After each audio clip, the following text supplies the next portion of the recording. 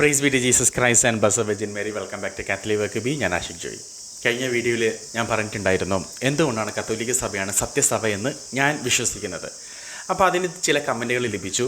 അതിനുള്ള മറുപടി ആയിരിക്കും ഇനിയുള്ള വീഡിയോകളിൽ നമ്മൾ കാണാൻ പോകുന്നത്. So as usual let us begin with a prayer. Pater noster qui es in caelis, sanctificetur nomen tuum, adveniat regnum tuum, fiat voluntas tua, sicut in cielo et in terra, panem nostrum quotidianum de nobis hodie, et dimitte nobis debita nostra, sicut et nos dimittimus debitoribus nostris, et ne nos inducas in tentationem, sed libera nos a malo. ആമേൻ. ഒരു ആൻ്റണി എന്ന് പറഞ്ഞൊരു ചേട്ടൻ ഒരു comment ഇട്ടിട്ടുണ്ടായിരുന്നു. ആദിമസഭ ജെറുസലേമിൽ തുടങ്ങിയതാണ്, പിന്നെ എങ്ങനെ റോമിൽ സഭയുടെ ആസ്ഥാനമായത്? അത് കോൺസ്റ്റാന്റിനോപ്പിൾ ചക്രവർത്തിയുടെ കാലം മുതലാണ്. യഥാർത്ഥ ചരിത്രം പഠിക്കുക. God bless. ഈ യഥാർത്ഥ ചരിത്രം പഠിക്കുക എന്ന് പറയുന്നവർ ഇത് പഠിക്കുന്നില്ലല്ലോ, ഇതല്ലേ പ്രശ്നം. ഞാൻ കഴിഞ്ഞ വീഡിയോയിൽ ഞാൻ പറഞ്ഞതുപോലെ ഞാൻ ചരിത്രം വെച്ചിട്ടാണ് ഞാൻ പറഞ്ഞിട്ടുള്ളത്. ഇതുപോലെ നമ്മൾ ചരിത്രം പഠിച്ചാൽ മനസ്സിലാകാവുന്നതേ കാര്യങ്ങളുള്ളൂ. അതുകൊണ്ടാണ് ഞാൻ പറഞ്ഞിട്ട് വിശ്വാസം വരുന്നില്ല, അല്ലെങ്കിൽ ഒരു കത്തോലിക്കൻ പറഞ്ഞാൽ ഇത് വിശ്വസിക്കാൻ ബുദ്ധിമുട്ടാണ് എന്ന് കരുതുന്ന ആൾക്കാർക്ക് വേണ്ടി ഞാൻ ChatGPT തന്നെ കഴിഞ്ഞ വീഡിയോയിൽ ഞാൻ ചോദിച്ചത്. സോ നമ്മളത് തന്നെ ഇന്ന് നമ്മൾ ചോദിക്കും. ഇതെല്ലാം ഗൂഗിളിൽ അവൈലബിൾ ആണ്, പക്ഷേ ഇതാരും ഒന്നും മെനക്കെടത്തില്ല ഇത് മനസ്സിലാക്കാൻ വേണ്ടിയിട്ട്. അപ്പോൾ കോൺസ്റ്റന്റൈൻ ചക്രവർത്തിയാണ് കത്തോലിക്ക സഭ സ്ഥാപിച്ചത് എന്നുള്ളത് പൊതുവെ പ്രൊട്ടസ്റ്റൻ്റ്, പെന്തക്കോസ്ത്, കത്തോലിക്ക സഭയ്ക്ക് പുറത്തുള്ള സെക്റ്റുകളും ഡിനോമിനേഷനുകളും ആരോപിക്കുന്ന ഒരു കാര്യമാണ്. കോൺസ്റ്റന്റൈൻ ചക്രവർത്തിയാണ് കത്തോലിക്ക സഭ സ്ഥാപിച്ചത് എന്ന്. നമുക്ക് ചരിത്രത്തിലോട്ട് പോവാം. അപ്പോൾ നമ്മൾ 2-3 രീതിയിലാണ് നമ്മൾ നോക്കുന്നത്. ലോജിക്കലി നമുക്ക് ചിന്തിച്ചിട്ട് പോകാം. കോൺസ്റ്റന്റൈൻ ചക്രവർത്തിയാണ് കത്തോലിക്ക സഭ സ്ഥാപിച്ചതെങ്കിൽ തീർച്ചയായിട്ടും കോൺസ്റ്റന്റൈൻ ചക്രവർത്തിയുടെ കാലം മുതലായിരിക്കുമല്ലോ മാർപ്പാപ്പന്മാരുണ്ടായിട്ടുണ്ടാവുക കത്തോലിക്ക സഭയ്ക്ക്. അപ്പോൾ കത്തോലിക്ക സഭയ്ക്ക് മാർപ്പാപ്പന്മാരുണ്ടല്ലോ, അതിലിനി ഡൗട്ടില്ലല്ലോ, തീർച്ചയായിട്ടും ഉണ്ട്. അപ്പോൾ കോൺസ്റ്റന്റൈൻ ചക്രവർത്തി സ്ഥാപിച്ച മതമാണ് കത്തോലിക്ക സഭയെങ്കിൽ കോൺസ്റ്റന്റൈൻ ചക്രവർത്തി ആയിരിക്കുമല്ലോ ആദ്യത്തെ മാർപ്പാപ്പയെ അഭിഷേകം ചെയ്തിട്ടുണ്ടാവുക. അങ്ങനെയെങ്കിൽ നമ്മൾ ChatGPT നമ്മൾ ചോദിക്കാൻ പോവുകയാണ്, കോൺസ്റ്റന്റൈൻ ചക്രവർത്തിക്ക് മുൻപ് മാർപ്പാപ്പന്മാരുണ്ടായിരുന്നോ, അല്ലെങ്കിൽ എത്ര പാപ്പന്മാരുണ്ടായിട്ടുണ്ട് എന്ന്. യേശുവാണ് കത്തോലിക്ക സഭ സ്ഥാപിച്ചതെങ്കിൽ യേശുവിൻ്റെ കാലം മുതൽ കോൺസ്റ്റന്റൈൻ ചക്രവർത്തിയുടെ കാലം വരെ എന്തായാലും കുറച്ച് മാർപ്പാപ്പന്മാർ ഉറപ്പായിട്ടും ഉണ്ടാവും. എന്നാൽ കോൺസ്റ്റന്റൈനാണ് സ്ഥാപിച്ചതെങ്കിൽ കോൺസ്റ്റന്റൈൻ്റെ കാലം മുതൽ മാത്രമേ മാർപ്പാപ്പന്മാർ ഉണ്ടാവുകയുള്ളൂ. അതുകൊണ്ട് നമുക്ക് ചോദിക്കാം, എത്ര മാർപ്പാപ്പന്മാർ കോൺസ്റ്റന്റൈൻ ചക്രവർത്തിയുടെ ജനനത്തിന് മുൻപ്, അല്ലെങ്കിൽ കോൺസ്റ്റന്റൈൻ ചക്രവർത്തിയുടെ കാലത്തിന് മുൻപ് ഉണ്ടായിട്ടുണ്ട് എന്ന്. How many popes were there before the Emperor Constantine? Before Emperor Constantine, who reigned from AD 306 to 337, there were approximately 27 popes.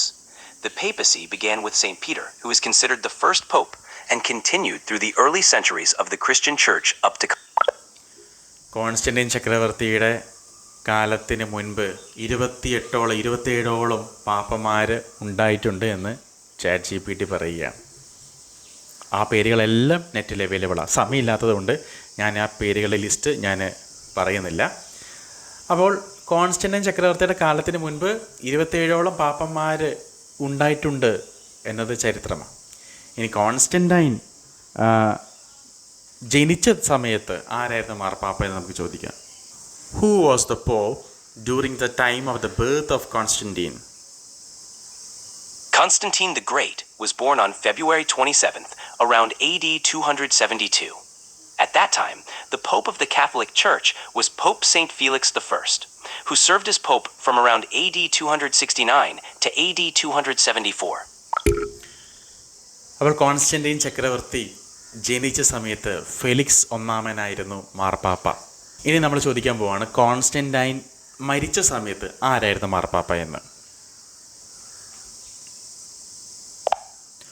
Who was the Pope during the time of the death of Constantine? The Pope during the time of the death of Emperor Constantine the Great was Pope Sylvester I. ഇനി വേണമെങ്കിൽ ഞാൻ ഒരു 10 മാർപ്പാപ്പന്മാരുടെ പേരുകൾ, Constantine ചക്രവർത്തി ഉണ്ടായിരുന്ന കാലത്തിന് മുൻപുള്ള 10 പാപ്പന്മാരുടെ പേര് എന്തൊക്കെയാണെന്ന് നമുക്ക് ജസ്റ്റ് ഒന്ന് ചോദിച്ചു നോക്കാം ChatGPT-യോട്. Could you please list the 10 popes before the time of Emperor Constantine? Certainly. Here are the 10 popes before the time of Emperor Constantine. 1. Saint Peter, traditionally considered the first pope, reigned until his death around 64 to 68 AD. 2. Saint Linus, reigned approximately 67 to 76 AD. 3. Saint Anacletus Cletus, reigned approximately 76 to 88 AD. 4. Saint Clement I, reigned approximately 88 to 97 AD. 5. Saint Evaristus, reigned approximately 97 to 105 AD. 6. Saint Alexander I, reigned approximately 105 to 115 AD. 7. Sixtus I, reigned approximately 115 to 125 AD. 8. Saint Telesphorus, reigned approximately 125 to 136 AD. 9. Saint Hyginus, reigned approximately 136 to 140 AD. 10. Saint Pius I, reigned approximately 140 to 155 AD. These popes served in the early Christian church before the time of Emperor Constantine. ഇതാണ് 10 പാപ്പമാരുടെ പേരുകളാണ് തന്നിട്ടുള്ളത്. അപ്പോൾ പ്രിയമുള്ളവരെ, ചരിത്രം പഠിച്ചാൽ നമുക്ക് മനസ്സിലാവും കത്തോലിക്ക സഭയാണ് യേശുക്രിസ്തുവിനാൽ സ്ഥാപിതമായ ഏക സത്യസഭ എന്നുള്ളത്. ബാക്കിയെല്ലാം ഈ സത്യം നിങ്ങളിൽ നിന്ന് മറക്കാൻ വേണ്ടി നിങ്ങളുടെ പാസ്റ്റർമാരും ലോകവും നിങ്ങളെ പറ്റിച്ച നുണയാണ് കത്തോലിക്ക സഭ സ്ഥാപിച്ചത് കോൺസ്റ്റന്റൈൻ ആണെന്നുള്ളത് ഏറ്റവും വലിയ നുണയാണ്. നമുക്കിനി ഡയറക്റ്റ് ക്വസ്റ്റ്യൻ ചോദിക്കാം. കോൺസ്റ്റന്റൈൻ ചക്രവർത്തി ആണോ കത്തോലിക്ക സഭ സ്ഥാപിച്ചത് എന്ന് ഡയറക്റ്റ് ക്വസ്റ്റ്യൻ നമുക്ക് ചോദിക്കാം.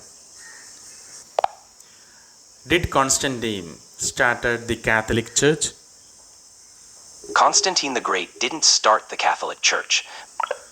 വ്യക്തമാണല്ലോ, കോൺസ്റ്റന്റൈൻ ചക്രവർത്തി അല്ല കത്തോലിക്ക സഭ സ്ഥാപിച്ചത്, അത് യേശുക്രിസ്തുവിനാൽ സ്ഥാപിക്കപ്പെട്ടതാണ്. എന്നാൽ കോൺസ്റ്റന്റൈൻ ചക്രവർത്തി 313 AD 313 അദ്ദേഹത്തിൻ്റെ മാനസാന്തരത്തിന് ശേഷം അദ്ദേഹം കത്തോലിക്ക സഭയ്ക്ക് കൂടുതൽ ഫ്രീഡം കൊടുത്തു. തൻ്റെ രാജ്യത്ത് തനിക്ക് തൻ്റെ സമ്പത്തും തൻ്റെ ആരോഗ്യവും എല്ലാം കത്തോലിക്ക സഭയ്ക്ക് വേണ്ടിയിട്ട് അദ്ദേഹം പിന്നീടുള്ള കാലത്ത് ഉപയോഗിച്ചു എന്നുള്ളത് സത്യമാണ്. അപ്പോൾ ഇതിൽ നിന്ന് വ്യക്തമാണ് കോൺസ്റ്റന്റൈൻ ചക്രവർത്തി കത്തോലിക്ക സഭയിൽ മാനസാന്തരപ്പെട്ട് മാമോദീസ മുങ്ങി വരികയാണ് ചെയ്തത്, അല്ലാതെ അദ്ദേഹം തന്നെ സ്ഥാപിച്ച മതത്തിൽ അദ്ദേഹം മാനസാന്തരപ്പെട്ട് വരികയല്ല ചെയ്തത്. കാരണം അദ്ദേഹത്തിന് മുൻപും പാപ്പന്മാരുണ്ടായിരുന്നു, അദ്ദേഹം ജനിച്ച സമയത്തും പാപ്പന്മാരുണ്ടായിരുന്നു, അദ്ദേഹത്തിൻ്റെ മരണസമയത്തും പാപ്പന്മാരുണ്ടായിരുന്നു, ഇന്നും പാപ്പന്മാർ കത്തോലിക്ക തിരുസഭയ്ക്കുണ്ട്.